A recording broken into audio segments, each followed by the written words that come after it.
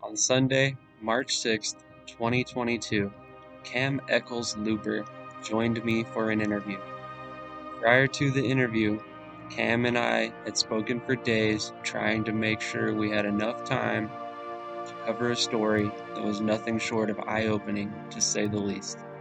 Finally, Sunday, things lined up and we were able to come together for what could wind up being one of the most amazing interviews I've ever been a part of, and I can't take any of the credit.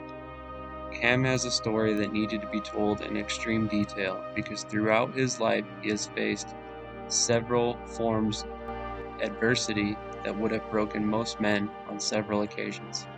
Instead, he persevered through the storm and came out the other side a better man because of it. Cam will readily admit he has made mistakes. He is quick to say he wouldn't change a thing because his path and his struggle is what made him who he is today.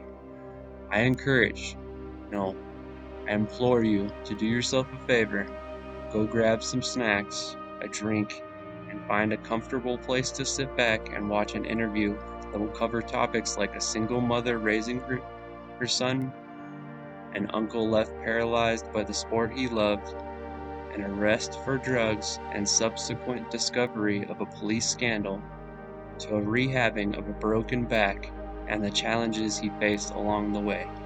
I simply couldn't do this interview justice by putting it in writing. You need to hear this story from the man's mouth, hear his words and the truth behind what he speaks to truly see what he has fought to get to this point. Cam is a man who was destined to play football, and he is looking for his next opportunity to prove himself in a game he has known since the first grade. As Cam so aptly put it, you better not stand in his way.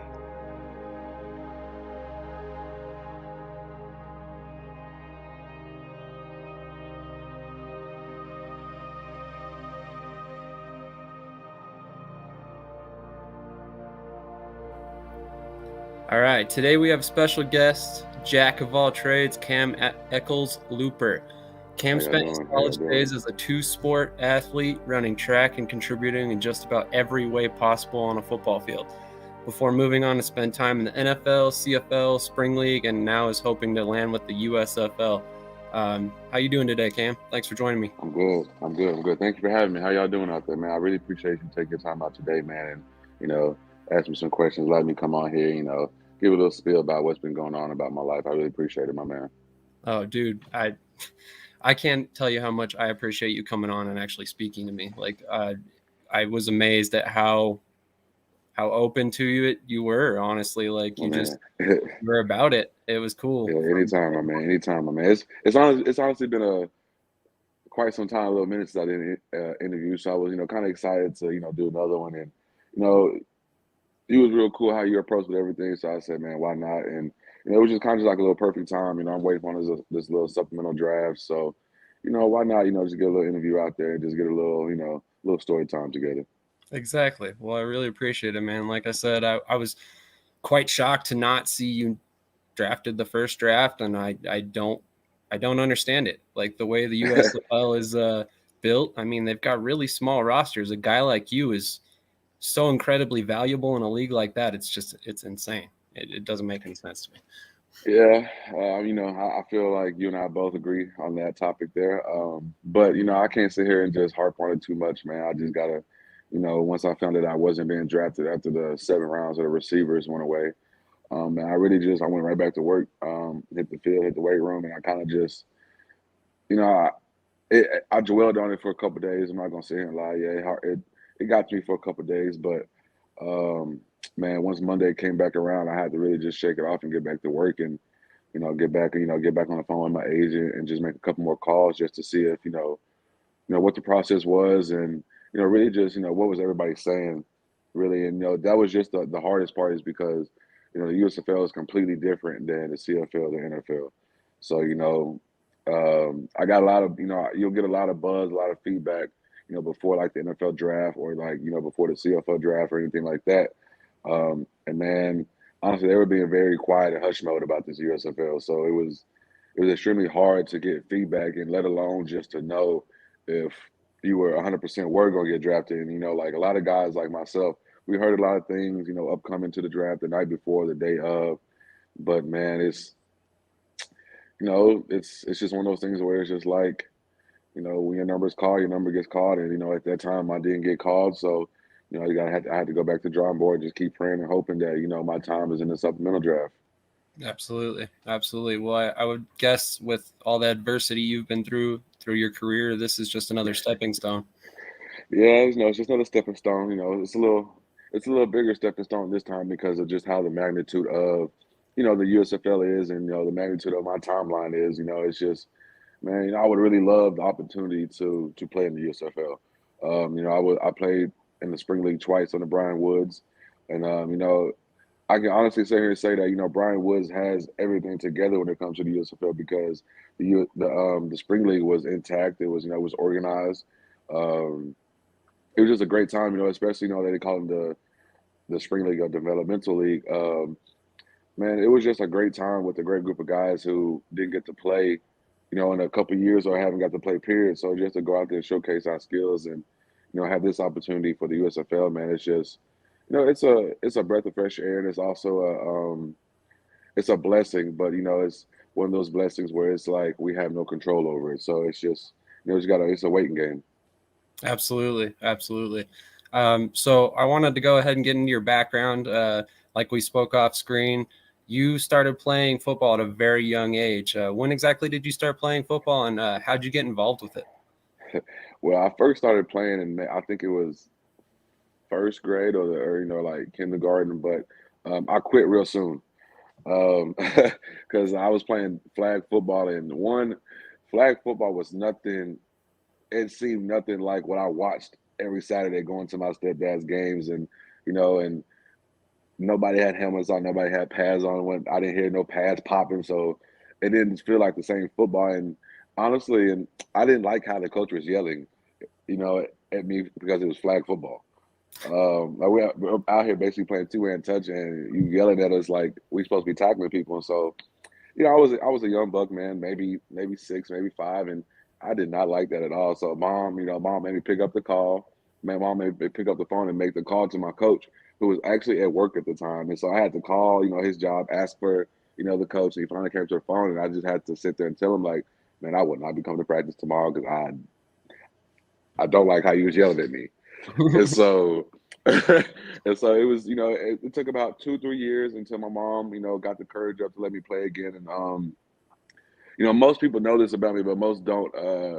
I didn't receive my mom's blessing to play until third grade because my uncle was paralyzed in a state semifinal game here in Cowboy Stadium before it was AT&T Stadium when it was in Irving. And basically, man, my uncle hit a guy so hard to where he paralyzed his own right arm, and he lost 85% of his nerves and muscles at the time. And yeah, man, from that time on, we made a pact that, if he was never able to finish his career or play again, that I'll finish it, and I'll take the lead and, do everything that he couldn't. And, that's kind of why I took it from there. And, man, when I finally hit third grade, we were going to the park one day. It was me and my siblings, and we just going to a random park when we lived in Albuquerque, New Mexico. And I guess it was a football team that practicing on the field. And I just, I kind of looked at my mom, and I was kind of just like, can I go over there and play with them? And little did I know, I didn't know that they were practicing for like an actual, like team or anything. But she kind of walked me over there, and she started talking to the head coach. And next thing I know, a couple of days later, I'm suited up, helmet and shoulder pads, ready to practice, picking my number out. And so, man, the story just it goes on from there, man. And I really thank my mom for taking the time out and actually allowing my body and my brain and all that to develop because a lot of us start at first grade pre-K and so we just hitting heads and Yeah. my mom took the time to although we had a traumatic experience in our family she took the time to let me develop somewhat to where I still don't have my little baby bones or my baby teeth or nothing like that to where it wouldn't be fragile enough to when somebody hit me. So I do appreciate her for that, and also it gave me the time to really develop the love and passion that I have for the game. Just watching, being around my uncle who was hurt for a couple of years, going through up team surgeries. Man, it just it really taught me the true love and passion I have for this game. Absolutely. I had not found that anywhere in my research, to be honest. I did not know that story was coming at all. That was, man, I can't believe you had experienced that and you still had the desire to play the sport, man. That's Man, that in 100%. itself. That's insane. When you first began playing organized football, did you play all over the field like you do now, or were you pretty much at one Uh, specific position? I did actually. I played a lot of running back. I played a lot of quarterback, a lot of safety, a lot of linebacker. And I do specifically remember one game. Coach put me and like the other three like very fast, skilled guys at defensive line, just because so we could sorely just get past the center and offensive line fast as possible, man. And I'm not gonna lie, it worked. But after that game, I'm pretty sure my mom, specifically told him, don't put my son back on the defensive line. He's too small. He's not big enough. But, it worked for the time being, man. But growing up, man, I just love playing offense. I love having the ball in my hands. And, although, my uncle, he played corner, he was a 6'2" corner who could hit. And, man, just I never liked hitting people. Like it just it hurt. Yeah, Hitting people hurt. And it felt better to, what I'm saying, to make somebody miss or to run you over, or what I'm saying, to, just being the hammer and not the nail is a different mentality. And, I don't think I was I'm definitely not my uncle. I wasn't, I definitely didn't want to hit nobody every play. And so, just be having the ball in my hands and being in control of, I think my first time starting at quarterback was maybe fourth or fifth grade, and man, I can't lie, I absolutely loved it. Just being in control of the whole organization of the play. Being in control of the game, the outcome, the score. Being a quarterback, you're in control of everything. And being in fourth or fifth grade, I wasn't really just understanding of that, but as I grew older and started to learn more, man, I was just like, man, the quarterback is the president. The quarterback is the CEO. He's the guy who controls everything on the field. There's a quarterback on the defense, there's a quarterback on special teams, a quarterback on offense. But if I'm the quarterback on offense, I control this entire segment. Just because the safety or linebacker controls the defense, if you really think about it, I really control you too. You know, because you're looking at me to decide what I'm going to do, and I'm watching you, telling you, showing you what I'm about to do. What I'm saying? Decipher that I'm about to do something else as well. But man, just being a son of a collegiate coach, man, and being around hundreds and thousands of tremendous athletes, tremendous NFL caliber players. I was just blessed with the ability to play everywhere, and God didn't bless me with the 6'5", 6'6" height, but He blessed me with the heart of a lion, and I'm not scared of nobody on the field. So you can put me wherever, and I'm gonna get it done. So just being around, just the guys I've been around my whole life, it just develops me into a pure athlete. And whether I was playing quarterback or receiver, I'm gonna get it done. absolutely. So I wanted to put a comment up on the screen. Court jumped in and said you're the GOAT. So Appreciate that, brother. Appreciate that. so clearly to have all these different roles on a football field, you must have must have been a very self-motivated person to push yourself to these heights.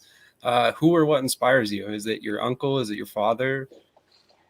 So a lot of people do know as well, but my stepfather is my true father figure. He raised me my whole life. And that's Coach Luke. That's my stepdad. That's who my mom married when I was 5 years old. And man, and no knock, no harm to my real father. Just different times, different circumstances. And blessed to have two guys in my life who I can call dad and I can call my father. But man, just man, you just re-ask that question again. I'm sorry, what's that? I said, I mainly had you re-ask that question again. Uh, who or what inspires you to approach Okay. the sport with such dedication and tenacity? Man, I'd honestly could sit here and say three people, honestly. Number one is my uncle. First and foremost, sorry to everybody else, but, I have a tattoo on me and it's tatted on me. Everything I do is for you. And then that's 100% true. And the tattoo is of a hand coming down from the clouds. He handed me a football, and basically that signifies, the first person to ever put the game in my life, and it was my uncle. Because I'm from Ennis, Texas, and if you know anything about Ennis, man, it's polka and it's football. You know what I'm saying? It's either you're a really good polka dancer or you're a great football player, man. And just being from Ennis, everybody knows who Dante Eccles is. And just growing up in the backyard with him playing, throw him up, bust him up every day. He taught me how, just the importance of the love and the importance of, man, if you're gonna be good at something, you got to work at this every day. And man, just going to every practice. When I say I was at every practice, I was at every film study, every class, every lunch, every dinner, every walkthrough, every event Ennis High had from 1998 to 2000. I was attended at. You can basically call me their little mascot, their little water boy, whatever. I was there. Um, and so and the second person is my beautiful mother, of course. Um, at a period of time, she was a single mom, so I had to, I had to watch her, go to work from 6 a.m., come home at 9, 10 at night, pick me up from my uncle's house or pick me up from my grandparents' house, 30 minutes, 45 minutes away from the house, just to drive an extra 45 minutes home, man.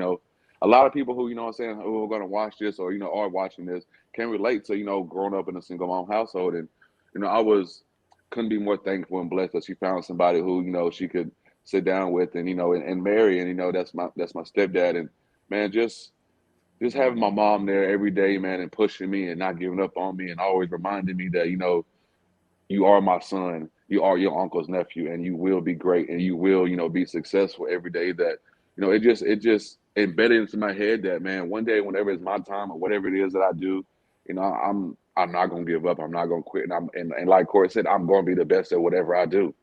You know what I'm saying? If you beat me one day, I promise you I'm gonna knock on your door that next day and I'm gonna want to race again, or I'm gonna want to fight again, or I'm gonna want to play again. I'm not gonna win, or I'm not gonna be satisfied until I win. And that's one thing that she instilled in me. And man, the third person is definitely, they're two people, but they're one. It's my Papa Edwin and my Grandma Lucy. And man, really, I could sit here and say it's my grandparents in a whole, because without my mom, without any, my uncles and my aunts, my grandparents raised me.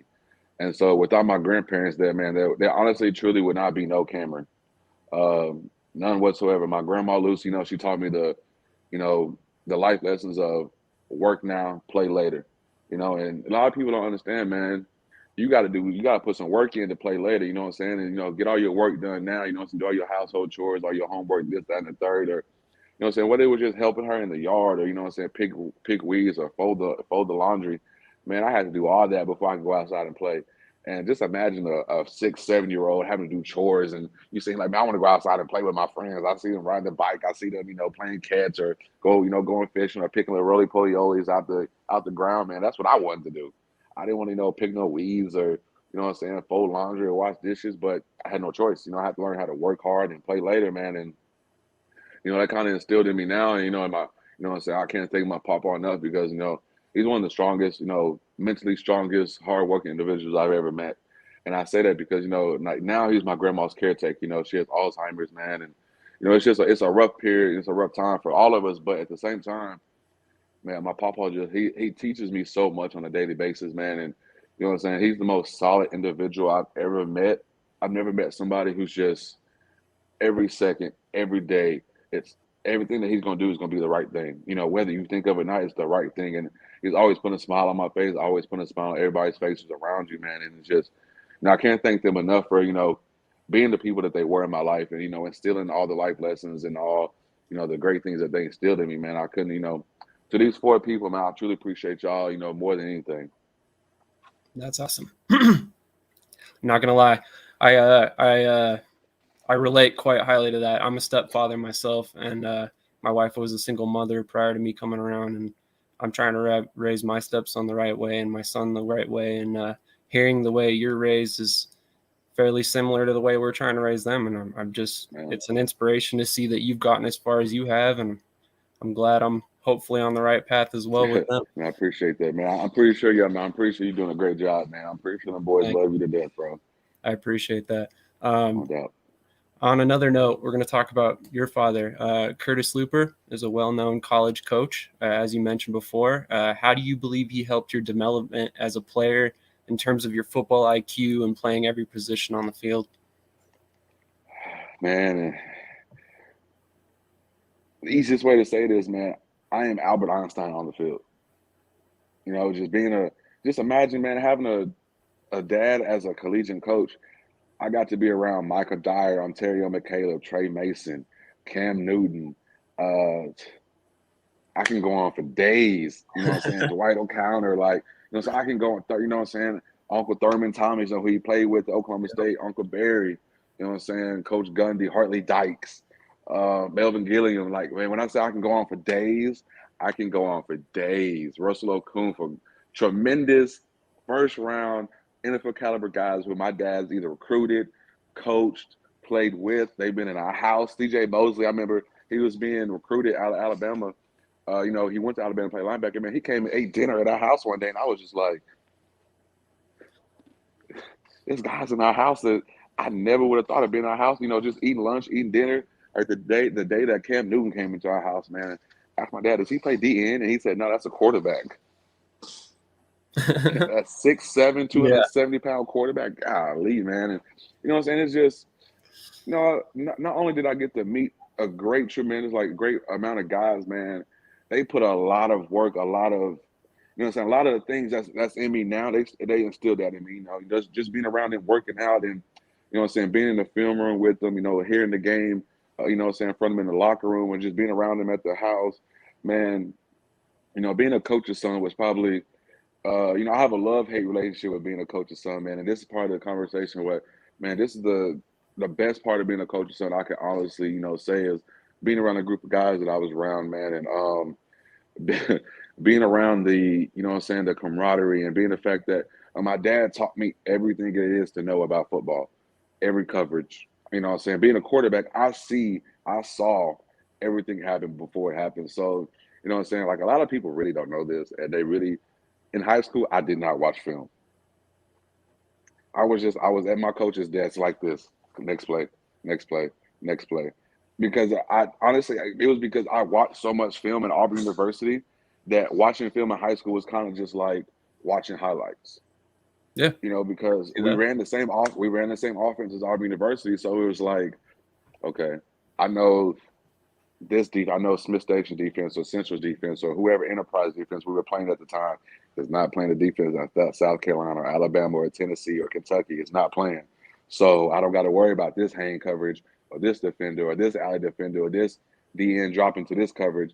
I don't have to worry about none of that because I'm not going to see it. So my reads are 10 times simpler, man. And, you know, just like being a coach's son, I grew up with, you know, another coach's son who his dad and my dad coached together and we played together. I want to say all the way from middle school up to college. Actually, his name is Blaze Taylor, and man, and he's the epitome of a coach's son, man. And I love Blaze to death. Blaze is my little brother, man. And you know, me and Blaze are completely two different people, but the one thing we have in common, man, is we are geniuses when it comes to football. And now Blaze is a complete genius himself. I want to say he has 2 to 3 degrees before he even finished college. Yeah, man, my man is yeah, he's a genius, honestly. And so, man, that showed on the field, you know, and just being, you know, growing up with him, man, and just seeing how smart he was as an eighth grader when I was in ninth grade, or seeing him as a freshman, I was a sophomore, and you know, he played on varsity with me while I was at Auburn High, and man, you could tell just the level of intelligence we had on the field when we were with each other. You know what I'm saying? Like we would look at each other and sit there and go, you know, we would give each other fake signals, knowing that we had a completely different play. But that came from us, you know what I'm saying, going out to Auburn University, throwing with each other, working every day, working with Cam Newton, him teaching us, you know what I'm saying, yes, we running the same plays, but you can give, you know, so you can give Blaze a signal for a different play that means absolutely nothing, but the defense thinks another play is coming, man. And, you know, that's just what we learned from being a coach's son and being around a Heisman Trophy caliber player like Cam Newton, man. And, you know what I'm saying, and just learning different aspects and being around our dad, man, and Coach Chiz and Coach Malzahn, man, and we just learned so much from being around our dad. And I know I did, you know what I'm saying? And that's why I call myself a football genius when I'm on the field. Well, if you're giving dummy signals on the field, I mean, that's like Peyton Manning level stuff there. So, I mean, that A should hundred explain percent. exactly where you're at on a football field. Do you know Bree Gaffney? She seems Yeah, to be very I proud of do. you. Thanks, Bree. Thanks, Bree. Just wanted to throw that out there. So Yeah, during high school, appreciate you. you played quarterback, punter, defensive back, return punts. I'm sure I'm missing something in there. Is there anything on a football field you don't feel comfortable playing? I mean, other than maybe defensive line, like you mentioned before? Uh, yeah, just keep me off the line, and I'm good. Uh, it's actually pretty funny because I was an all-state punter in high school as well. Um, and I actually have two of the longest punts in college football for a non-punter, 69 yards. And I think the other one was 71. And they both came in Toledo, a game against Toledo, my redshirt junior year at Arkansas State. But yeah, man, that just comes from being a coach's son and playing every sport in the book, man. And I grew up playing soccer, grew up playing baseball, and then I began playing football. But it was the other sports that what I'm saying, that kind of transitioned into football. And being the fact that I ran track as well, I'm like an Energizer bunny. That kind of goes along with soccer, man. I can run all day, and I don't really necessarily get tired, and I can kick. What I'm saying, and catching punts, catching kicks. That kind of streams from me playing, shortstop and center field in baseball, because I have to track the ball up in the air. You know what I'm saying? And man, really, I played almost every sport there is. I played basketball as well. I'm a pure shooter. I call myself the third splash bro. That's it. I'm just a straight shooter. I don't know how, I guess you could say my releases and, top of my routes kind of, what I'm saying, go with basketball and how I move and how, my knees and my ankles and stuff work. But man, just being an all around player, just it is my game. And kind of like what you said at the beginning, being a Swiss Army knife, man. That's funny because that's not the first time I've heard that in a long time. And man, just I took pride in being a Swiss Army knife, man, because it's one of those things where it's like, yeah, I can play corner, I can play safety, because you put me at safety, I'm more than likely 80% of the time am going to know what play is coming. What I'm saying? I may know not exactly what play, but I know it's going to be some type of pass, some type of RPO or some type of play action, or it might just be a straight up run. And man, being at safety, you can decide, or not even decide, but you can see everything like being a quarterback. And and being a quarterback, being a quarterback my entire life, man, it helped me be a receiver, and only because of the fact that, man, I can look at a corner, I can look at a safety, and I can know whether he's in zone, whether he's in man, whether he's bluffing, whether he's showing man, whether he's showing zone, and what I'm saying, and it's just one of those things where it's just like, I don't believe if I wasn't a Swiss Army knife, I wouldn't be the caliber or as successful of a player as I have been or was. That would make sense. I mean, you have the mind of a quarterback, so you're seeing everything from a quarterback's perspective. You're going to know what the quarterback's going to want to do as a receiver, as a defensive back. Makes a lot of sense. 100%, and especially being a receiver, it's our job to be in the right place at the right time. You know what I'm saying? And it's not that, I'm saying, back in the day, it was the quarterback's job to throw, what I'm saying, to put us in the right spot, this, that, and the third. Now it's completely different nowadays, and now it's our job to be in the right spot and make the quarterback look good. And, Absolutely. being a quarterback my whole life, I understood that 110% when I switched to receiver when I got to college. So, and then it just became easy, man. And the only thing I would say just was a little troubling was learning how to be a receiver. And that took some years, but we got it down. We got everything down. So it's been fun. Well, apparently, Lakeem Christmas thinks you're a route god. So that, I mean, you Uh, obviously have the position down. yeah, Uh, man. It took a while. A lot of training, a lot of hard work, man, and just a lot of work, man. And honestly, man, I give shout out my guy D Rob. Always open, man. And if it wasn't for D Rob and Top Shelf, my guys up in Atlanta, Steph Brown and TJ, man.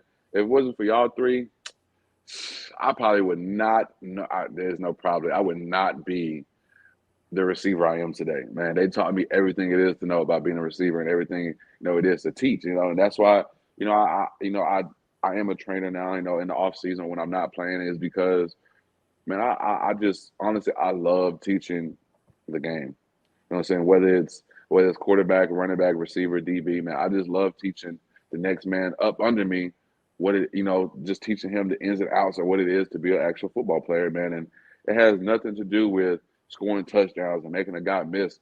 Man, if you can really sit here and learn your position and learn the other 10 positions, man, you're gonna be a tremendous player because just sit here. If I'm a quarterback and I know what everybody's doing on the offense line, all the running backs, all the receivers, why is one person going to get one thing wrong? You know what I'm saying? Why aren't you going to be at the right place at the right time? Or why aren't you doing your 111 if I know exactly what everybody's supposed to be doing? You know? Absolutely. So it's just one of those things where it's just like, man, yeah, man. It's just this game is just a tremendous game, man, and it just teaches you a lot, especially about life. Absolutely. Absolutely. Your mom wanted to pop in and say she's proud of you and to keep grinding, which Appreciate it, Ma. that's Appreciate it, awesome. Ma. I just want to thank you guys who are all tuning in. Thanks for watching. I mean, Cam I do was appreciate that. awesome. When I literally just hit him up on, I believe it was Twitter, and he literally just agreed to come in and talk about his story just from me simply asking. I mean, it just goes to show the kind of man he is and just generally a nice guy, I mean, I appreciate I'm that. glad I to do have you here, appreciate that, man. brother. I I appreciate that, hope, man. go ahead. Sorry.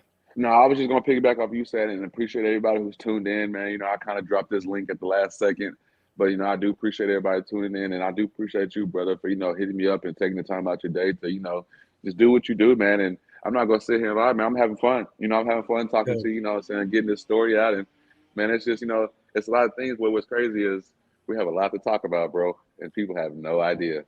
Oh, dude, I haven't even scratched the surface yet. I I was know. just about to start talking about that brings me to my next question actually. Despite everything you did on a football field, I was shocked to see that you only were named a 3-star recruit. But despite this, you got recruited by so many schools. I'm not even going to try and list them all here right now. But you were originally verbally committed to Texas A&M. Did this have anything to do with your father's past working with the school?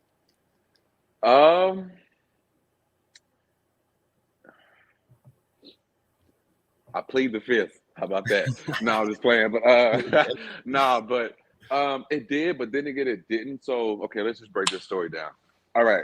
So being a quarterback, and honestly, I think I can sit here and say I was in the era too soon of the 6 feet and under quarterbacks. Because man, I'm literally, my profile says 6 feet, driver's license says 6 feet. I'm 5'11" and 3/4. You better give me my 3/4 because it's important, man. But if Kyler Murray or Russell Wilson was the first quarterback under the 6 feet era, and what's crazy is my dad recruited Cam Newton to go to Auburn when he went to South Carolina or North Carolina. I'm sorry, I'm sorry, when he went to Wisconsin. My apologies. And so that, like, seeing Russell Wilson and meeting him for the little 10 minutes that I did, it gave me an edge. Like, you know what? I may not be 6'2", I may not be 6'3", but if he can get it done and he's doing at this caliber of the Big Ten, I think I can get this done here. And so, man, just the fact that Johnny Manziel was, and then here's the thing, I didn't even know who I knew who Johnny Manziel was, but I did not know that Johnny was who Johnny was when I committed to A&M, right?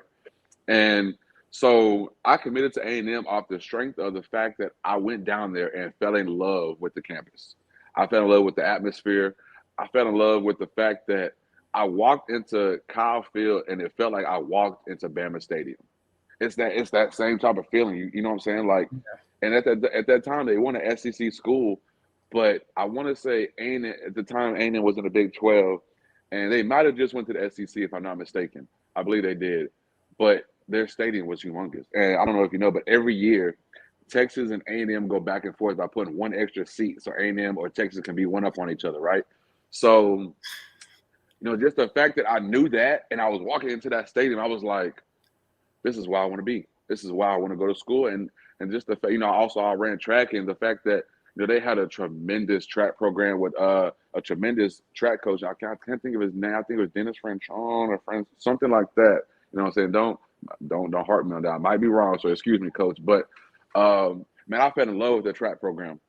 And the fact that their head track coach was the head track coach of the USA Olympic team, And my dream was to, to play college football and be on the Olympics. Run for the Olympics. That was my ideal dream, and I couldn't ask for it to get any better. I couldn't, ask for anything else besides what I was getting myself into. So I took the leap of faith, and I remember leaving that visit.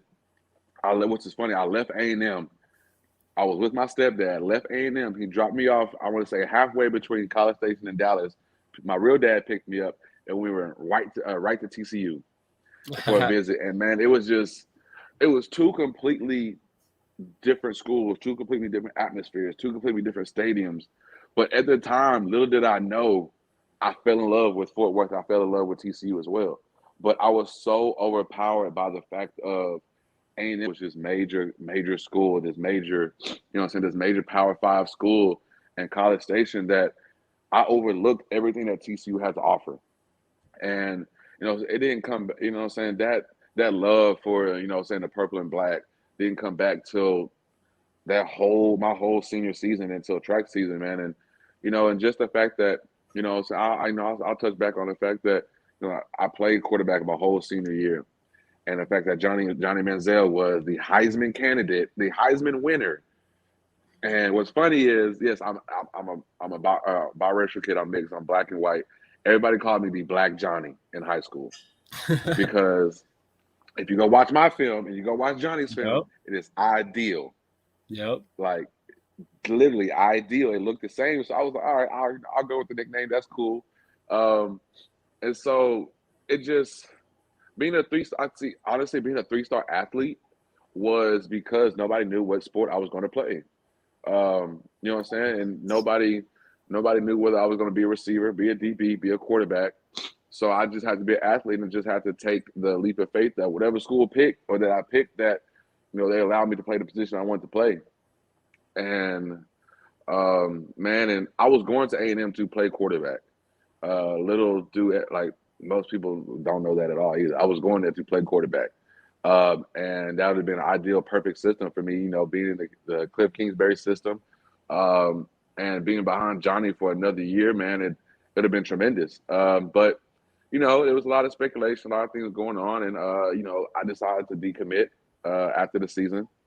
And, I took a little bit of time. And at that time, I made a decision that, I was going to come back home in Texas and play regardless, whether it was Texas Tech, A&M, or TCU. I was going to be, in the state of Texas playing regardless. And so, when I decommitted from A&M, my decision was TCU, Texas, or Tech.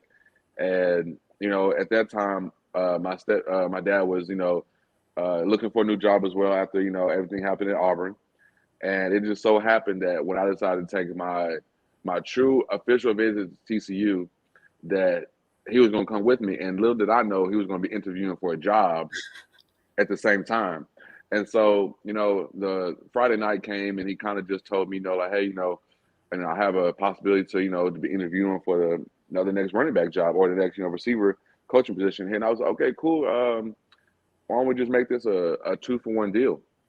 I'll commit, you get the job. And we just, do this like we always said, because we always had a little thing, I'm gonna play wherever you at. And if he would have been at Auburn, I more than likely would have went to Auburn and played. But the fact that he wasn't at Auburn, I took that chance, and I was like, I'm gonna go back home and I'm gonna play in front of my family who hasn't got to see me play in quite some time. And man, just the fact that Coach Patterson was just a great coach. I'm gonna speak on Gary P. Because Gary P is a completely different person than Coach Patterson. Gary P is a phenomenal guy. You know what I'm saying? It's Coach P is too, but Coach P is a completely different person. Now that, remember I said that. The fact that Gary P allowed, even listened to the idea of a 2-for-1 deal, that's what allowed me and made it easier for me to come to TCU. I was coming to a school where I may have not known everybody, but I had somebody on the staff who I could go to his office every day, or I could, God forbid, I could go back to the house if I needed something. You know what I'm saying? But just having somebody on the staff that not only was my father figure, but somebody who I knew fairly well, who I felt comfortable with, and I could be myself on, on a daily basis. And You know, so if I ever needed anything, I didn't have to go to a coach who I wasn't 100% comfortable with. You know, I said I could go to my father figure. So, man, that whole ordeal was just, it was great. It was great while it lasted. Yeah, I mean, I was kind of wondering if those were rumors or if it was truth that you were actually doing the 2-for-1 deal, but I guess you answered my question right there. Yeah, I heard that it was actually 100% true factored story. into.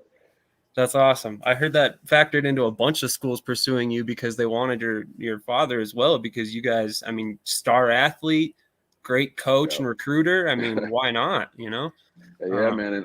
And another thing is, you know, I want to say when I finally did transfer from TCU, you know, me and my dad, we finally went back and looked.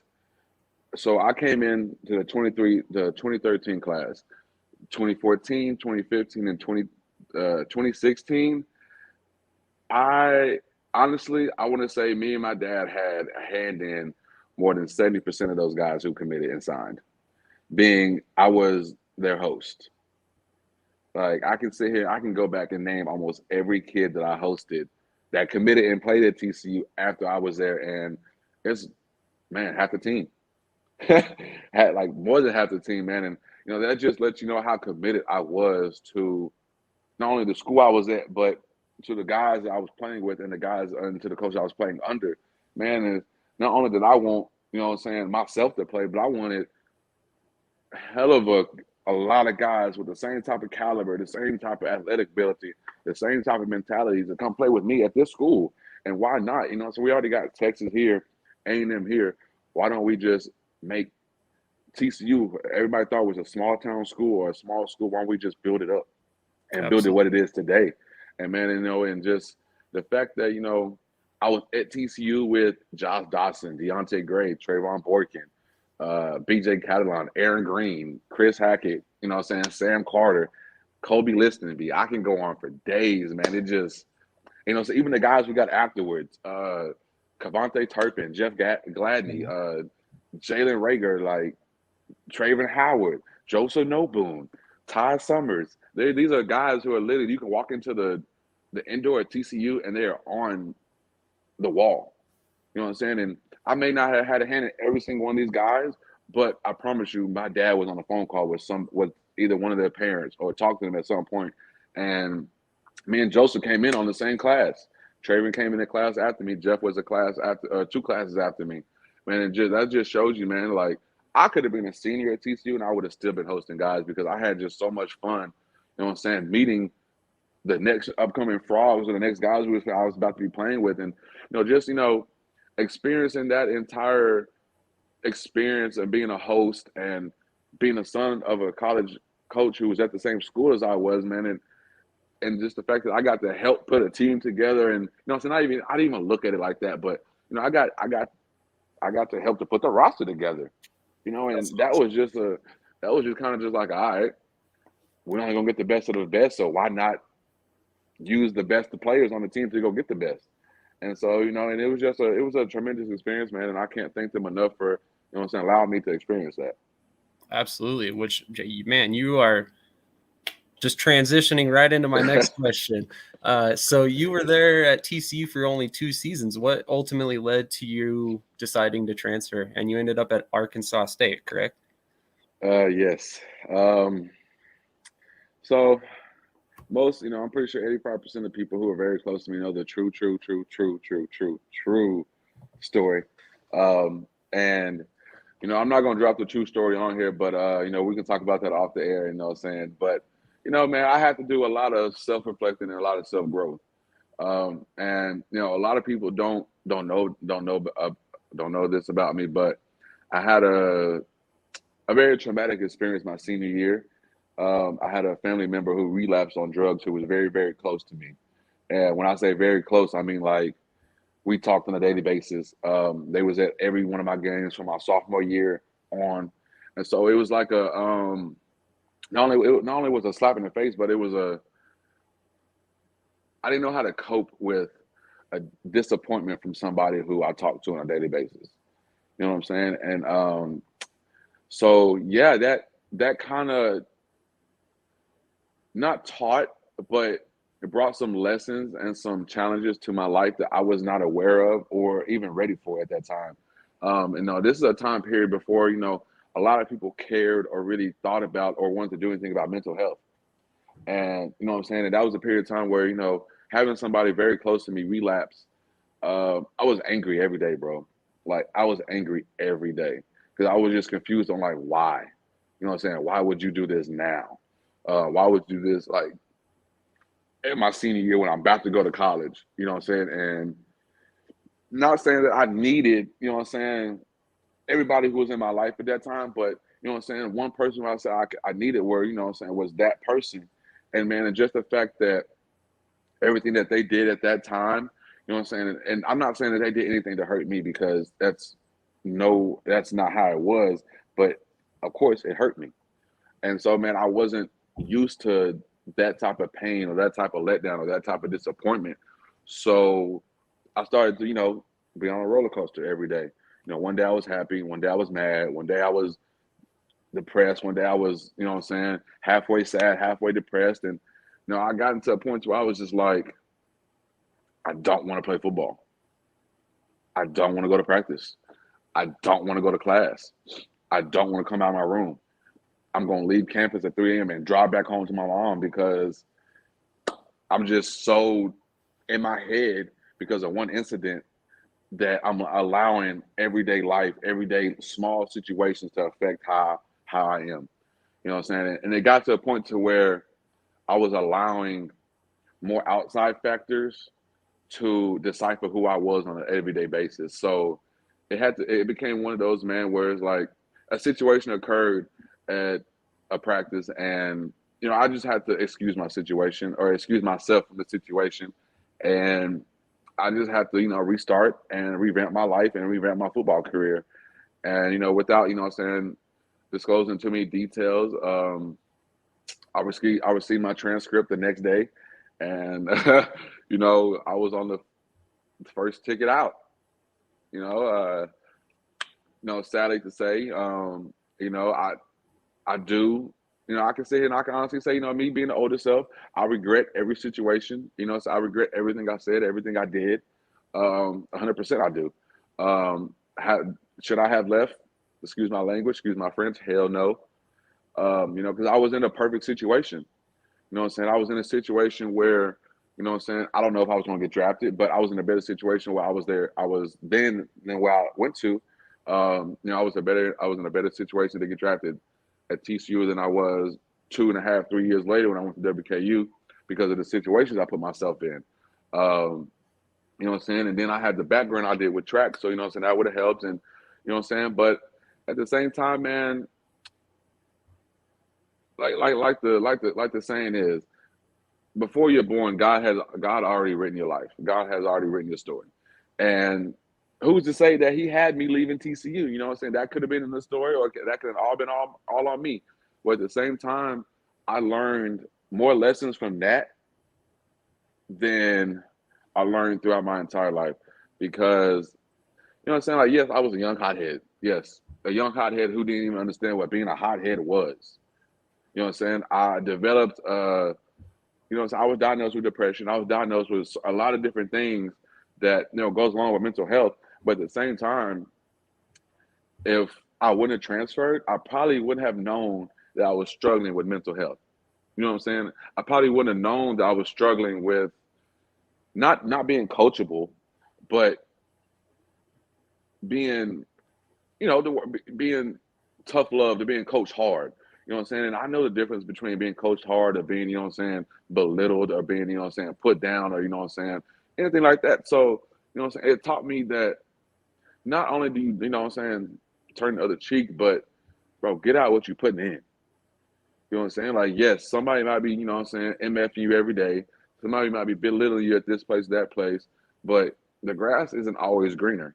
You know what I'm saying? This is one thing I always tell kids that I train, or I tell my little brother, so I tell everybody who wants to transfer, bro. Yes, a lot of guys who've had success at one school and gone to another had tremendous success, but there's also a lot of guys who haven't. And I'm not going to sit here and say I didn't have success. I had small success in what I did, but at the same time, I let a lot of situations that I caused upon myself, or I could have controlled with my situation to dictate my success and dictate, you know, what truly happened or what truly went down. And so, and just man, like I had a great time at Arkansas State. I did. But, I also no knock to, what I'm saying, to any of the coaches there, no knock to the team, and what I'm saying, I love Blake Anderson to death, especially, what I'm saying, and I'm gonna pause this for a second because I want to give a shout out to Coach Blake and give a shout out to his family, and I'm praying for y'all. I know y'all just had a loss, a loss again, and what I'm saying, and I'm praying for the entire family. And it makes me emotional because I played under this guy, man, and what I'm saying, and I saw his kids, I saw his, what I'm saying, I met Mama Wendy, I met, what I'm saying, each son, each daughter, and man, it just, it's heartbreaking to know that somebody that I met and was around, and isn't here no more. And so, Coach Blake Anderson, I hope you see this. I hope somebody shows you this. Coach, I love you. I appreciate you. I'm praying for you. I'm praying for the family. Anything I can do, I would love to do, or anything I can do to help, I would love to do that. And man, it just, if I could have went to Arkansas State with a different mindset and a different heart, I can say it probably would have been a completely different situation. And yeah, just yeah, I'm not going to disclose too much information about why I left, but just know that yeah, I left because it was time for me to get a fresh start, and it's time for me to truly develop into who I was and not who I wanted to be or who I wanted everybody else to see, if that makes sense. Oh, it makes perfect sense, man. I think everybody can relate to that. Everybody's been through a transition in their life where they had to kind of get a better view on themselves in a different situation and see if it was the situation or themselves that were the issue.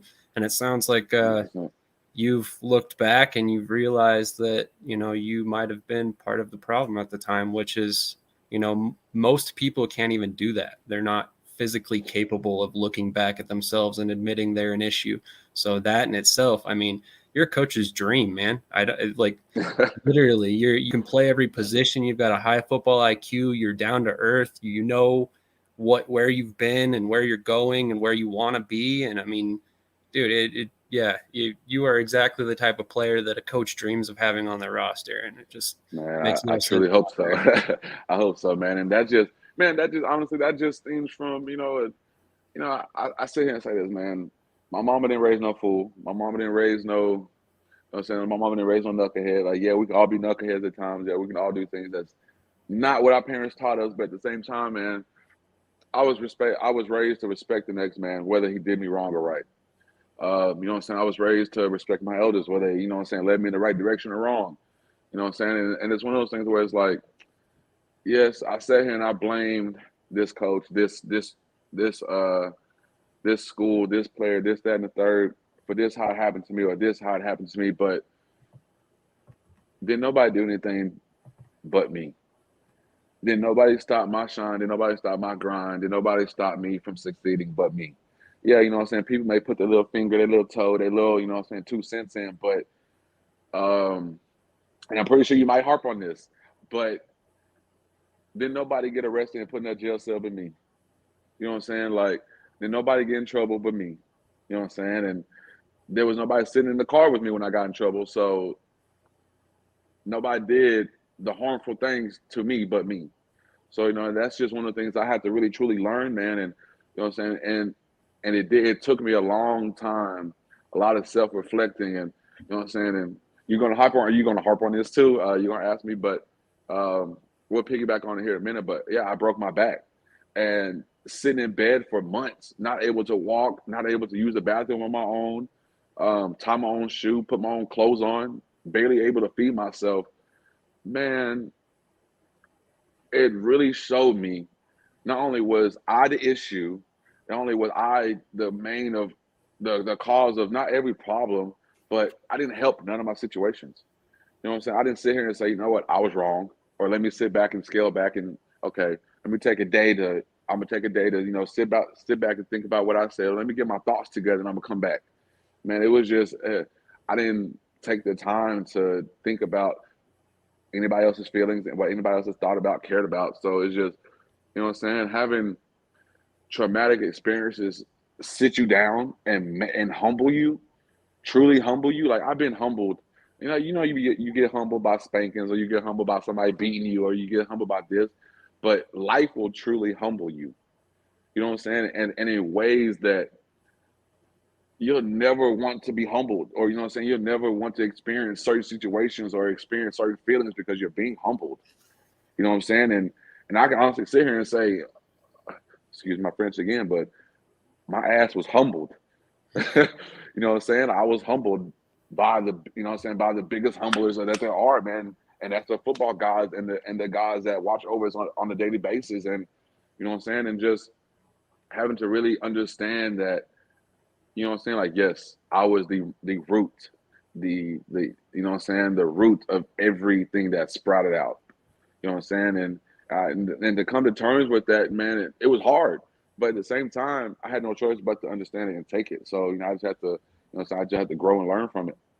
Absolutely. Well, I just want to say that I believe we're all the root of our own issues. I mean, at the end of the day, you put yourself in the position to be where you're at.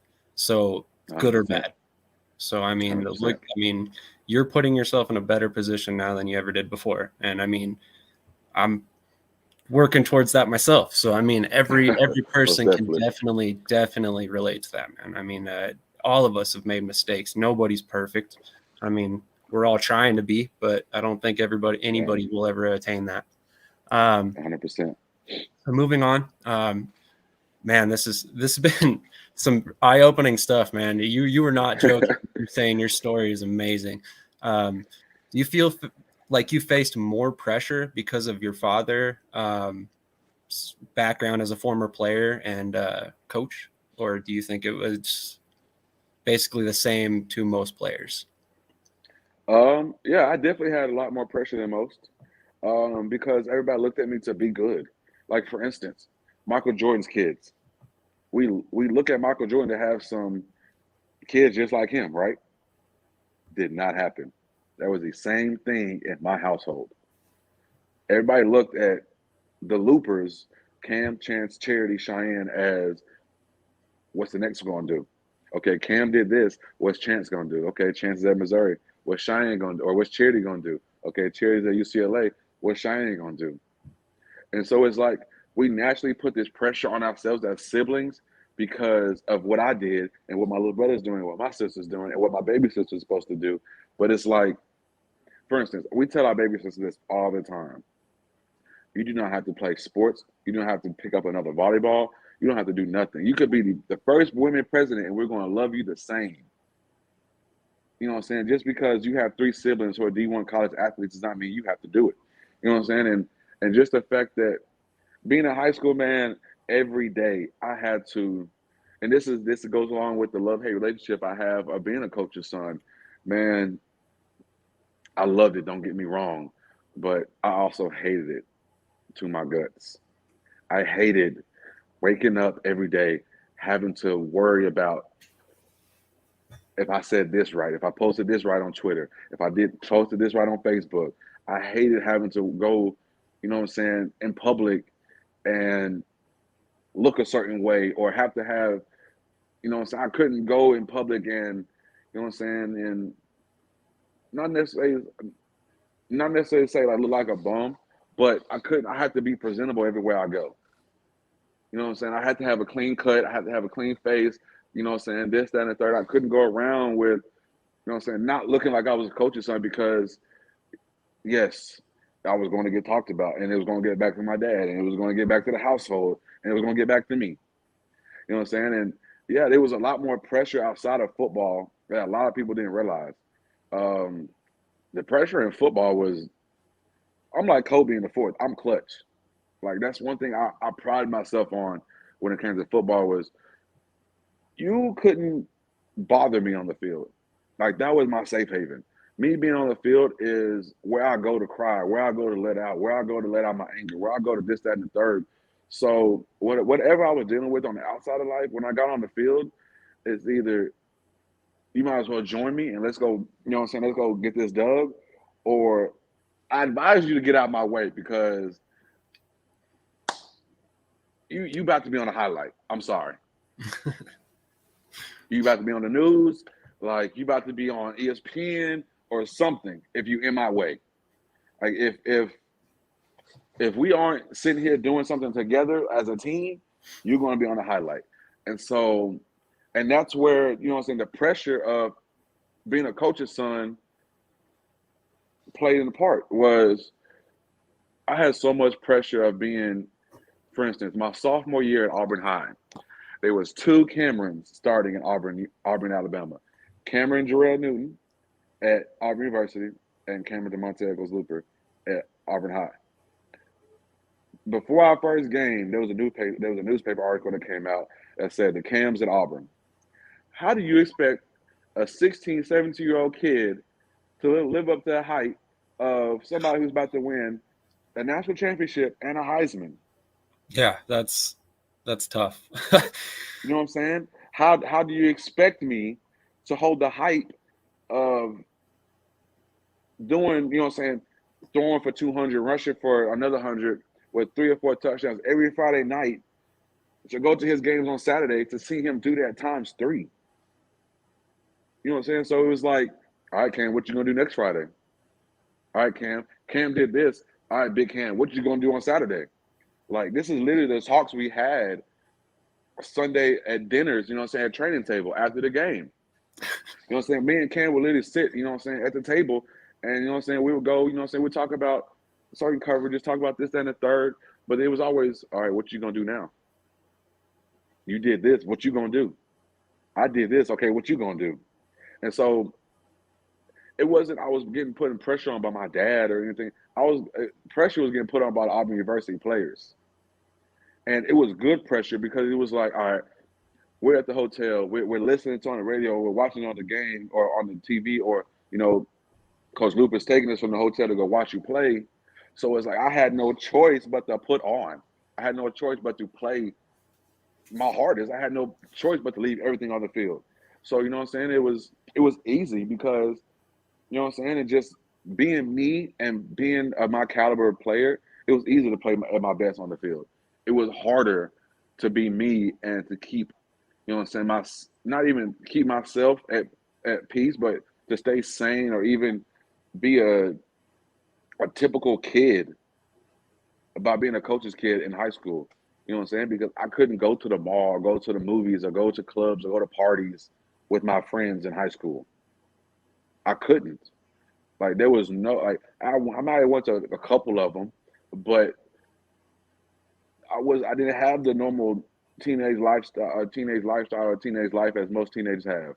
That was not going as being a coach's kid. Yeah. So like that was the part, you know what I'm saying? And especially being a recruit, man, like I just wanted to be a normal recruit.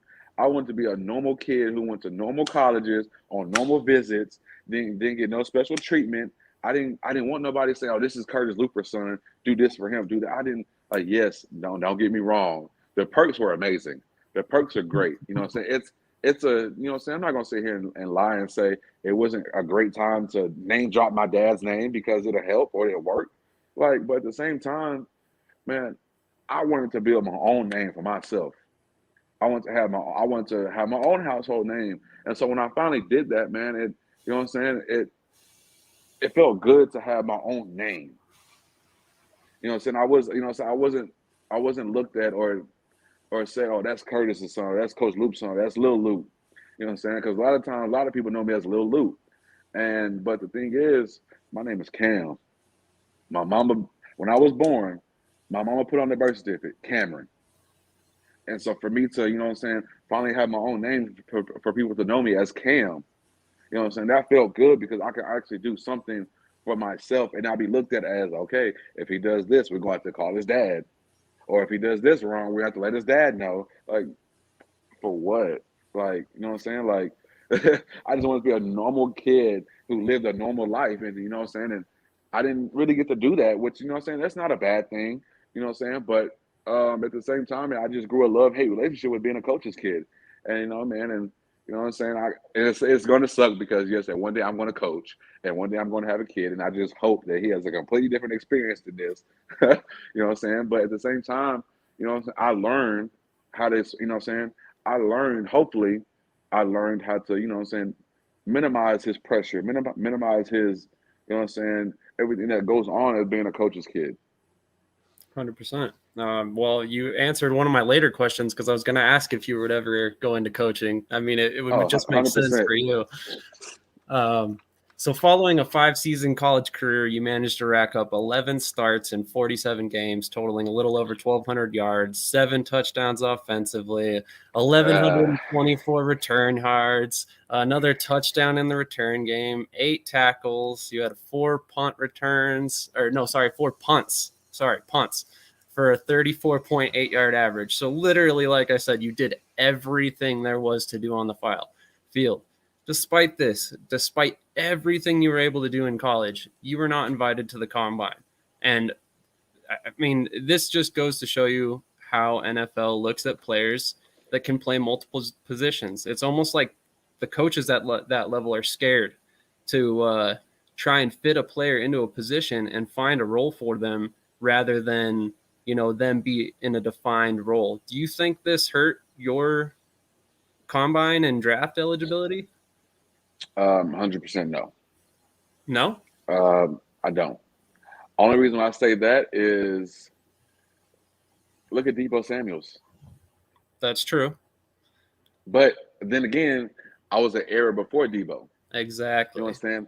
But then again, man, you know what I'm saying? You sat there and you shouted out those stats, and I almost said, man, don't even say that because that's horrible. You know what I'm saying? And I remember my senior year, I was just doing everything I can just to crack 1,000 yards for a career. And man, that's a horrible, you know what I'm saying? A horrible. I don't know why that was my goal my senior year, but that's the only thing I cared about, man. But me being so versatile, if anything, that should have helped me. I feel like, you know what I'm saying? That should have not hindered, not stopped, but helped me more than stopped me. But man, no, I what hurt me the most, what kept me away from the draft, what kept me away from all-star games, and was kind of like, you know what I'm saying, and kind of kept me away from playing as much as I had been the past couple of years is one, I was arrested while I was at Arkansas State. Um, uh, off the strength, I was arrested for speeding warrants. Yes, I was a broke college student who forgot to pay for some speeding warrants. I was speeding, of course. So no, I wasn't. I know I was not arrested off the strength of what my report says, because yes, after I was arrested off the strength of speeding ticket, I was charged with an outrageous obstructions charge of possession of controlled substance 2 and 3. And now y'all can go look that up and we'll see what that means. And I was also charged with intent, a couple intents. But then again, nobody knows. When I was booked into jail, my charges were dropped. Like, I didn't even walk into this. I was in holding. Wasn't even into the jail, so my name wasn't even into the booking yet. And my charges were dropped. The arresting officer dropped my charges because when she checked my car, she found absolutely nothing. Nothing.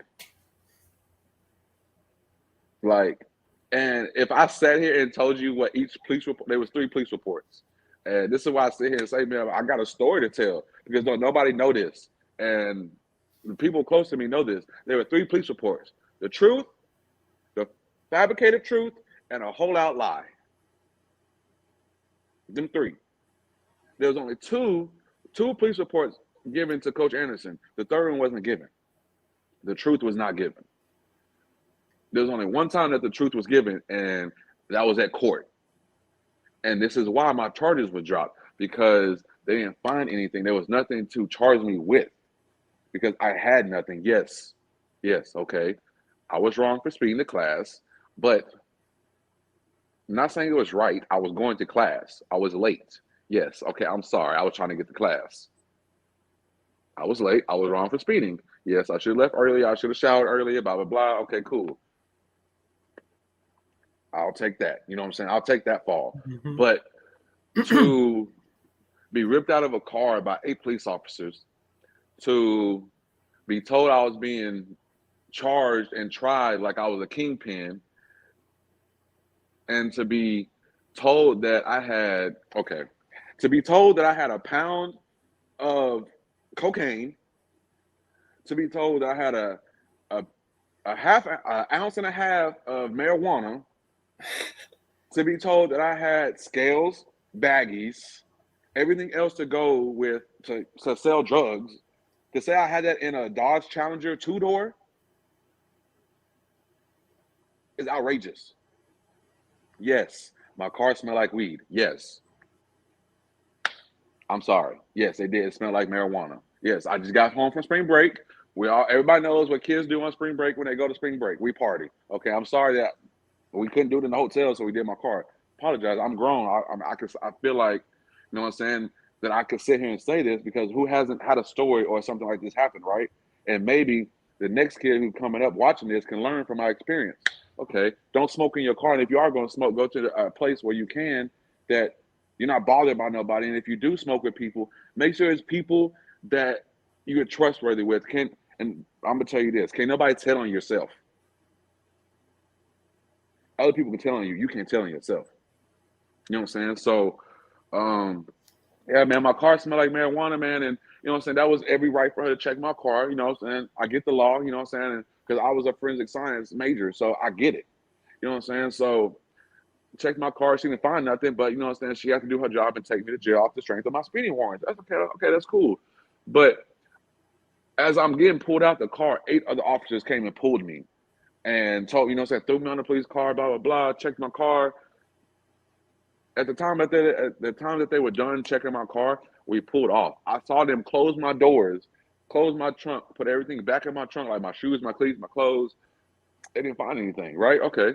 So I'm on my way to jail, and I hear over the or over like the little walkie talkies, charging with intent to sell, intent to distribute, intent to this, controlled substance, this, that. And I was just like, that is mine. That's for me. And you know, like, man, and I freaked out. Like I freaked out in the backseat of the police car because I was just like, bro, excuse my language, like, what the hell?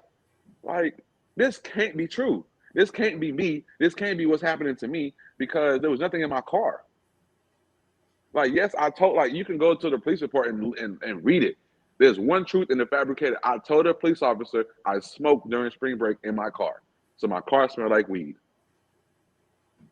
You know what I'm saying? So to get to court, and here's the thing. I got booked in at like 2:30, right? I got bonded out at like 10 o'clock that night. But I was bonded out 3 hours before I was bonded. They just somehow didn't see the bond money posted. Right. Don't know how, but my bail's bondsman was trying to get me out for like 3 hours. And here's another thing. So I was booked to Craighead County in Jonesboro, Alabama. I got extradited. And if y'all don't know what extradited means, so look, I kid you not, okay? I kid you not. The sheriffs from wherever they were, they came in, they got me out of holding, and they said, okay, we need you to put your knees and your chest facing the wall. So, okay, so I'm facing you guys, right? And the officers are behind me. They put shackles on my legs, shackles on my hips, shackles on my arms. And this is the quote that they said. We wouldn't be putting shackles on you if you wasn't the fastest man in college football. Okay, so y'all know who I am.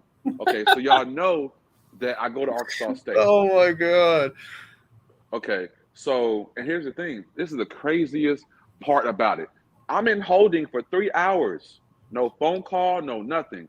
I go to the new jail. As soon as I walk into jail, they look at me and say, you're so-and-so from Arkansas State. We just watched you play, blah, blah, blah, blah, blah. Can you make bail? And I'm like, yeah, I can make bail. So they said, okay, get on the phone and don't get off the phone until you make bail. We're not going to put you in holding because you don't belong here. You don't need to be here.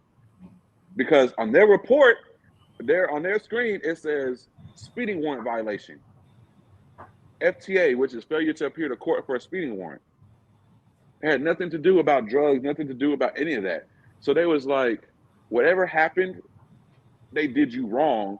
So this is what we're going to do. Get on the phone. And the thing is, I don't memorize numbers, so I had to get my cell phone. They allowed me to get my cell phone to get 4 numbers out: my papa, my mom, my coach, and then my girlfriend at the time.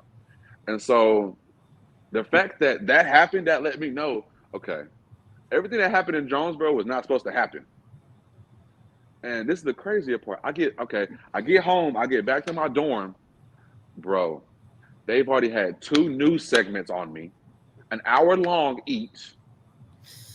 I have at least 130 missed calls, 130 missed texts, and not one, forgive me, Lord, you know what I'm saying, but not one is from a coach from Arkansas State. Wow. I had to call when I got home. I had to call them, and you know, so they already knew, but there was a whole news segment out, so of course they knew, but they didn't know the truth. They knew nothing, but the truth didn't matter. You know what I'm saying? So I went to court the next, and here's the thing: I didn't even know I had court the next day at 7 a.m. The arresting officer had to call me. The arresting officer had to call me at 6 a.m., wake me up out my sleep, and tell me, Cam, I'm coming to pick you up because you have court in an hour. The arresting officer? What? Yes. There, and the thing is, the arresting officer was a lady. And when I say she came and picked me up, she was a campus police officer. So she knew where I stayed. Exactly where I stayed. So came and knocked on my door, woke me up, came and got me and took me to court. And took me back. After court, she took me to go eat, took me to Subway, and took me home. Wow. I mean, honestly, she's a blessing if that's the case.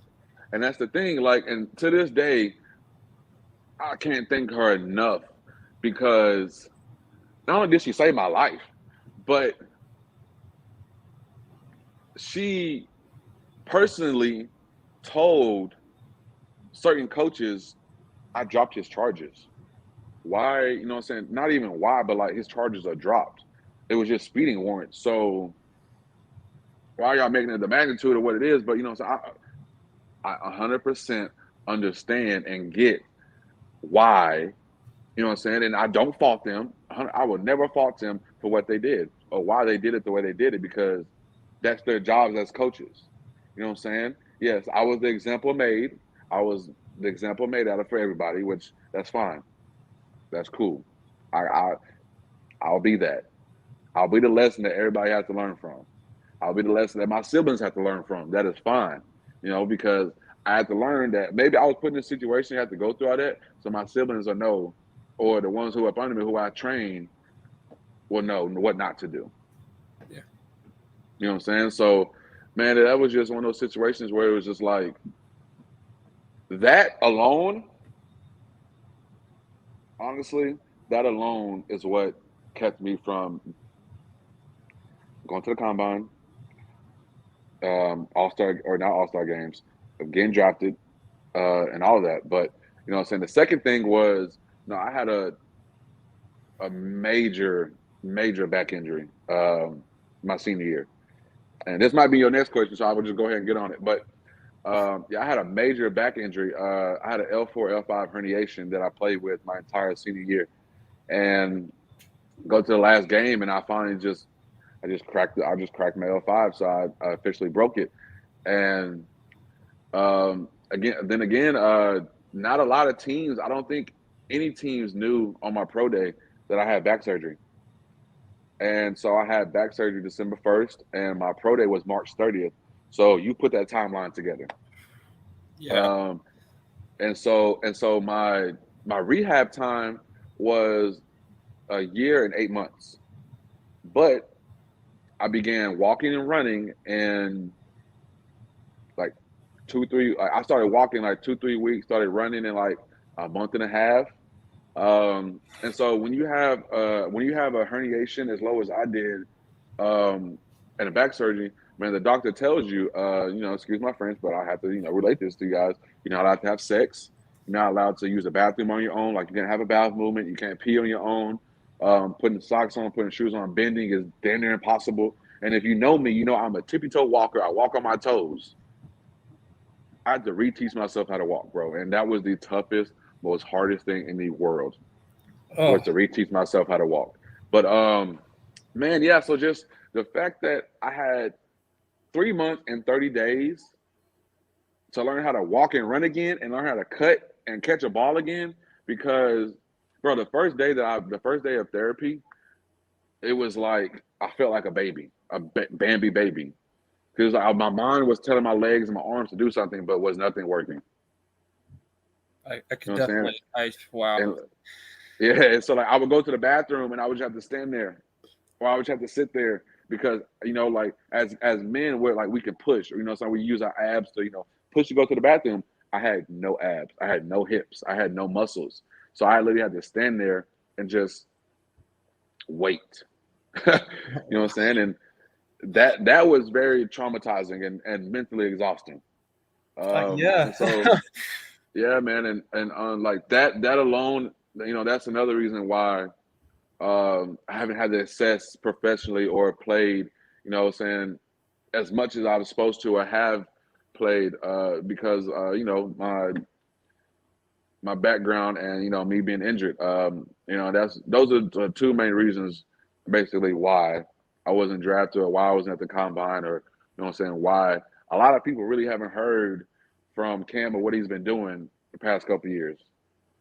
Makes sense. I mean, that's an injury for a guy like you who's playing wide receiver and running back that it's got to be damn near impossible to get around without rehabbing properly. I mean, you can't turn your body to try and catch a pass. You can't try and make a move to make a defender miss. Nothing. I mean, literally Man, nothing. just imagine being a 7-time All-American at TCU, still holding the fastest collegiate time for a 200 for a college football player who ran a 200. Um, we're not going to say this out loud, but the Big 12 committee kind of did play me at Big 12s when I broke the school record. We all know I jumped 27 feet, but we're going to keep it right here and not say that. But just imagine, like, I could have literally, with that jump at Big 12s, I could have qualified for the Olympics. My ultimate goal, my dream. And you know what I'm saying? Like, now that's all diminished because I had back surgery. And honest to God, if I never would have had back surgery, I more than likely probably would have put my foot back into track. Because that's what, that's what my speed is, who I am. And the fact that, I went into my pro day not 100%, I was maybe 40%. I still ran 4.47. Like, and that's when I saw I ran 4.47, I pulled a rabbit out the hat because I was nowhere near ready or nowhere possibly ready to run. I just pulled it out the hat and blessed with the ability to still go 4.47. You know what I'm saying? And just the fact that, now, like nowadays I'm here that I'm slow. It's kind of just like, do you not know what I've had to do? What I've done? How long it's been for me? You know what I'm saying? So for any type of anybody with any organization to try to say that I'm slow, I'll put your check on it that I'm not. I'm just saying, like, and that's not me tooting my own horn. That's not me making no bets, no promises, no threats, no nothing. If Cam knows one thing, for instance, Superman is a superhero, right? People call Superman, or not, they put his, you know what I'm saying? Superman comes in to save the day. He knows he's gonna save the day because that's what he does. I know that I'm fast. That's what I do. So for me to break my back and still go 4.4 and to be told that I'm slow now, Yeah. that's kind of like the saying, "Does a bear shit in woods?" Yep. Exactly. Like, doesn't make a whole lot of sense. It doesn't. So even after that injury, you still spent time with the Colts. When exactly did that happen? So right afterwards, actually. Really? So the coach was my only opportunity I had in the NFL, my only shot. So what I'm saying, thank you to the Indianapolis Colts. So I appreciate you for every every lesson, every experience that you guys gave me. But yeah, my time with the Colts was very short, very very short, very short. When I say very short, I mean very short. My back went out my first rep of routes on air, RVA. I ran 2 routes. I ran a little run route, a man slant, And then I ran a dig. I jumped up for the dig, and my legs just died from under me. So I basically, it felt like I landed on top of my fibula bones, but it was my feet. But yeah, from that moment on, yeah, I was cut and released, sent back home, right back to rehab for another 3, 4 months, and that's when I went up to Canada. And I was with Hamilton Tiger Cats for a season, and then I was with them for that next mini camp right before training camp, and then I pulled my hamstring, and they released me, and then I kind of spent a couple more months at home rehabbing, and then I was picked up by the BC Lions, and I was with them for a season, and then I was signed back for the next season, and then COVID happened, and so with the whole ordeal with COVID, um, I honestly don't know how this happened, but our GM that I was signed up under, he took a leave of absence, and when he took a leave of absence, they let go everybody up under him and all the players that he signed, and I happen to be one of them. And that kind of just leads us to where we are now. Pretty much. So you were only with BC for a year? Yeah, like a year and some change. Okay, that explains a lot. I was trying to find information on your CFL career, and I couldn't find a whole lot of it, to be honest. Practice squad, my man. I was on practice squad the whole time. Okay. So when I was with Hamilton, I was on practice squad, and so I don't remember what game we were playing, but that day I was set to be brought up to be on the active roster, and the Canadian American ratio hit, and I happened to be one of the last Americans signed, so there goes my chances. And then when I went to BC, um, same thing, man. I was supposed to be brought up a few times, but I was still a new guy. A lot of coaches didn't trust that I knew the playbook, which 100% I get it. But I was signed back that next year for the active roster, and man, just the fact that COVID hit, COVID truly, truly, truly diminished my opportunity with the BC Lions. Um, because yeah, I was signed to BC, and they were, so they signed me back with a lot of, a lot of potential, a lot of high hopes.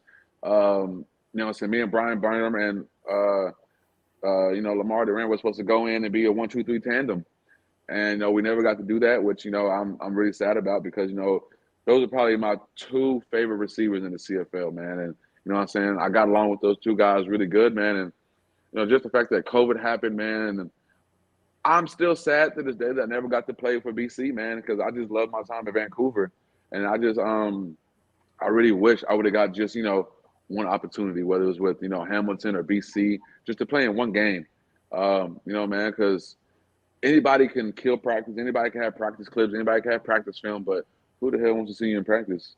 You know what I'm saying? Like, so I could post practice clips all day, but don't nobody care. You know what I'm saying? Like, don't nobody care about me in practice. And so, man, that was my little stint in the CFL, man. And I never got to play an actual game and in the CFL, which, I would love to get back in the CFL now. I would love to play in the USFL. Man, I would just love to play, period, to be honest. I understand completely. So you actually spent some time in the spring league as well, right? Yes, I played. I was in the spring league actually right before I went to Hamilton, and then I was in the spring league this past summer. Okay, that makes sense. So in 2021, you actually caught, it looks like 13 passes for 193 yards, something like that, in like Something three like that. games. Yeah. Something like that. Something Showing you like were that. healthy and ready to compete in 2022. On June 3rd last year, Brian Woods began to really start launching the USFL. Since then, the spring leg has kind of more or less declared it's no longer in operation. Mm-hmm. Do you believe Woods had any intention of keeping both leagues running at any point? I mean, if you really look at it, the spring league is the USFL now. We're just getting paid. You know what I'm saying? Which is the ideal of the spring league. You know what I'm saying? It's not really much of a developmental league, because the guys who are in the USFL have developed. You know what I'm saying? We've at some point have played in the league, whether it's the USFL, or I'm sorry, whether it's the CFL, XFL, Arena. Europe League, NFL. Every guy that's playing the USFL has some type of, some background as being a professional. So it's not even a developmental league anymore. So you know what I'm saying? It's so I really look at it as the spring league is the USFL now. So I really wouldn't, see why he would have to. But then again, I can see the understanding of keeping both leagues open. Yeah, I mean, maybe I have the timeline incorrect, but I could have sworn that he was originally speaking about keeping it running. But it's just I thought it was a bit much to have on your plate, and I wasn't sure if it was ever Yeah, actually going to come to fruition. But and now it 100%, sounds like more than it's likely. officially now no longer in operation. But Yeah, I saw that the other day. Yeah, I saw the other day he is not up no more. Which man, and that kind of sucks because that gave a lot of guys opportunities and chances to showcase who they are, man. And what I'm saying, hopefully something else comes about for guys. What I'm saying, to get the opportunity to show who they are. And man, it gave me an opportunity to show that I was healthy, show that I could still play, show that I was not slow. So it just hopefully it gives a lot of other guys opportunities to showcase what they can do as well. absolutely. Um, let's see where I'm at. I have so many questions for you. It's unreal. So, news broke on, I want to say March, or not March, February 1st or something like that. That the USFL was going to hold a supplemental draft on the Mm-hmm. 19th. Are you planning on, or sorry, not supplemental draft, the combine? That's what I'm talking about. A combine after the supplemental draft. Are you planning on attending that if your name's not called during the supplemental draft? 100%. Because if my name is not called in the supplemental draft, it's one of those things like, all right, man. Now I got to give y'all a reason to come call my name. That's how I look at it. And I wish they would have had this combine and trial before the supplemental draft, so it gives you all the more reason to call me. You know what I'm saying? But it's not my doing. I can just only sit here and just do my due diligence and just continue to work and just hope to pray to God that, on the 10th at 7, 6 p.m. my time, that I do receive a phone call and I'm able to, capitalize on opportunity and showcase my ability and my skills on somebody's team. But yes, Absolutely. I will 100% be in attendance if my name is not called. Absolutely. I kind of figured that would be the answer coming from you. Okay, so I'm going to leave you with one last question.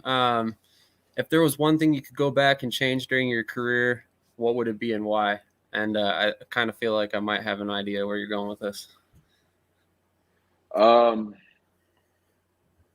well, first, if I could go back and tell myself one thing, I would just tell myself to shut the hell up and go to work and keep catching balls, because you running past people and you catching balls is going to make you paid.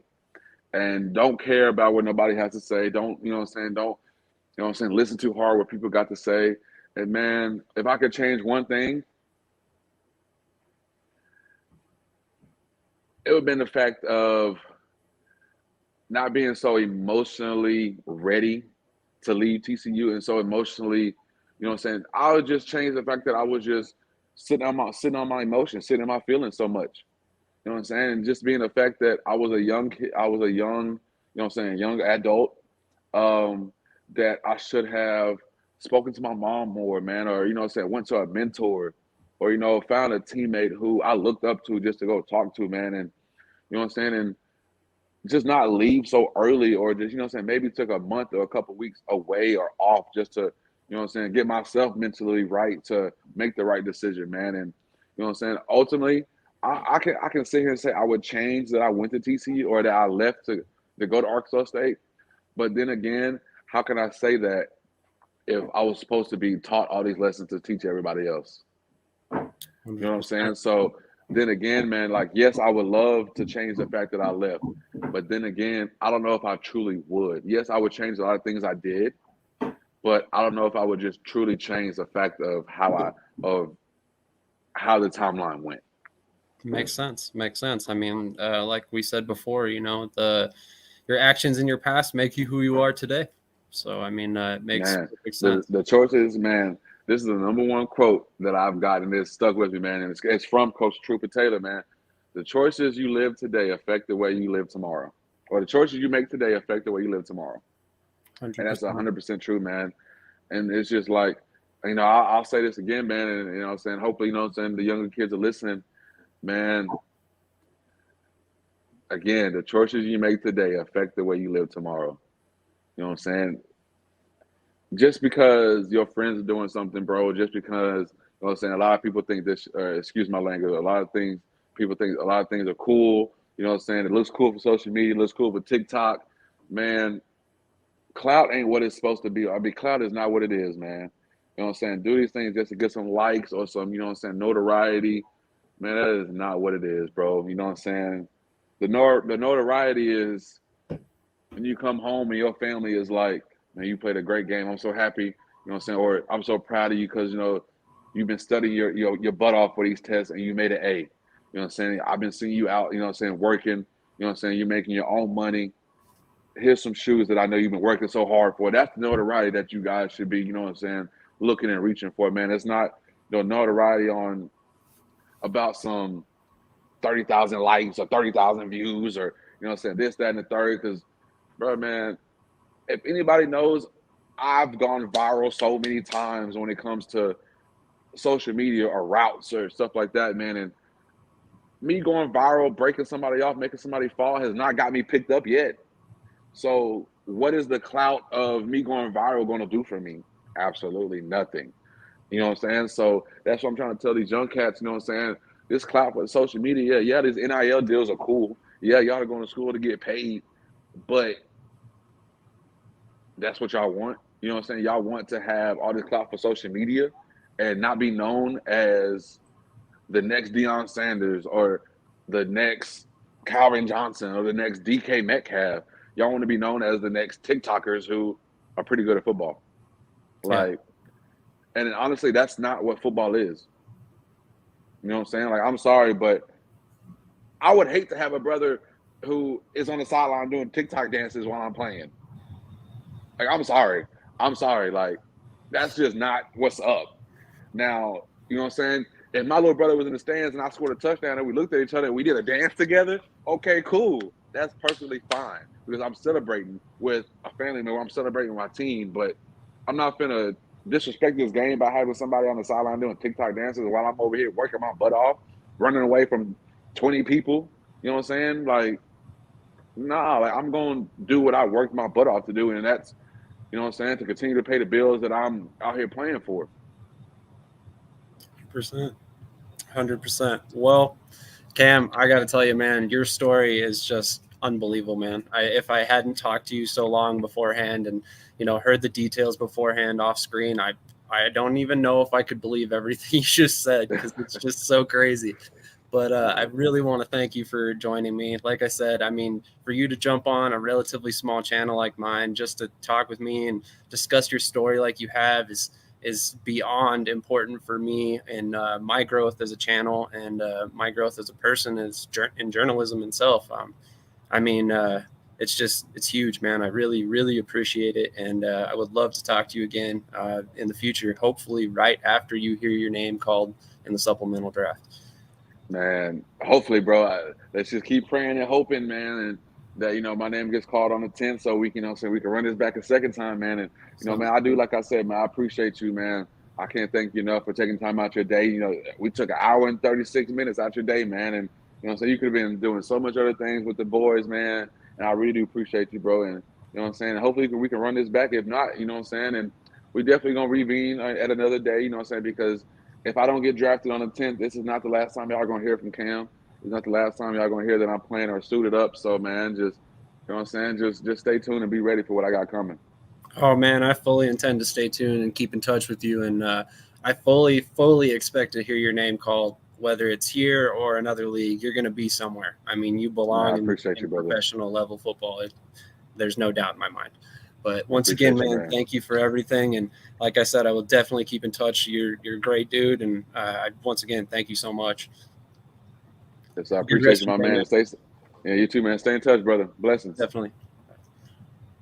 All right, guys, that was Cam Echols-Luper. He is just, like I said, one of the best possible guys I could have contacted for an interview. He has been nothing short of extremely extremely gracious to come on here and tell me about his story and share so many details that I had no idea were going to come out. I hope you guys enjoy this interview because, wow, it was more of a story than I even thought it was going to be when I first got into it. He's a hell of a guy, and I really, really hope he succeeds at the next level because he deserves it. He's worked hard. He's been through so much. He like I said, he deserves to succeed simply because of the fact that he is a good person. And like I said before, despite what happened in his past, if you judge him on that shows more about you as a person than it does about him as a person. He's grown. For you to sit here and judge him based on his past, it's not right. So move on. Look at him as an individual now. He's a hell of a man. And I am super happy and super lucky that I am now, affiliated with him and I can keep in touch with him in the future because he's a hell of a dude. And I look forward to speaking to him in the future. And hopefully, like I said, right after he hears his name called in the supplemental draft. So keep an eye out for him. Follow him on social media. Let's get his name out there as much as we possibly can as a group. He deserves to be in these leagues. Maybe if these teams actually see what he's capable of and take notice of him as an individual and as a human being, they'll actually give him the shot he deserves. He deserves at the very minimum that. Once again, thank you for everybody who jumped on and watched this. Special thank you to Seamus for all your comments, man. I really appreciate it. I haven't seen or talked to you in a while, so it's awesome to see you on here. Everybody else, thanks for popping in. And to Cam's family, once again, thank you guys for being here. Thanks for your comments. It means a lot. So stay tuned. I got many more player interviews to come. In fact, I'm just about to call back a CFL player to get that rolling. Stadium packed. Born a rock star in this life, gonna live it up on the attack. Baby, I'm bad. I just wanna get caught up in this life. I'm crazy, I'm mad. Doing no cap. Only God wants you, better go live it up. Cash in the bag. Stadium packed. Baby, I'm bad. Yeah. Baby, I'm bad. I just wanna stay bad, stay mad. Chip on my shoulder cause they treat me like an outcast. I ain't gonna take that, stay back. I'll be swinging hard till the hits come in all caps. I ain't gonna lay back, pray that someone's gonna help me. Ain't nobody like that. I ain't gonna wait, that's all fact. Give me one shot and I'll never get the throne back. I'm sick of being cautious. I'ma go cause something, can't stop this. I'ma steal everybody's lane, call it shoplift. Sick of hearing everyone complain when they thoughtless. Taste the pain, it's like candy canes. It makes me go change into a better frame, into a better name. Society's insane, we all live for fame, yeah. Cash in the bag, stadium packed. Born a rock star in this life, gonna live it up on the attack. Baby, I'm bad. I just wanna get caught up in this life. I'm crazy, I'm mad. Do it no cap. Only God wants you, better go live it up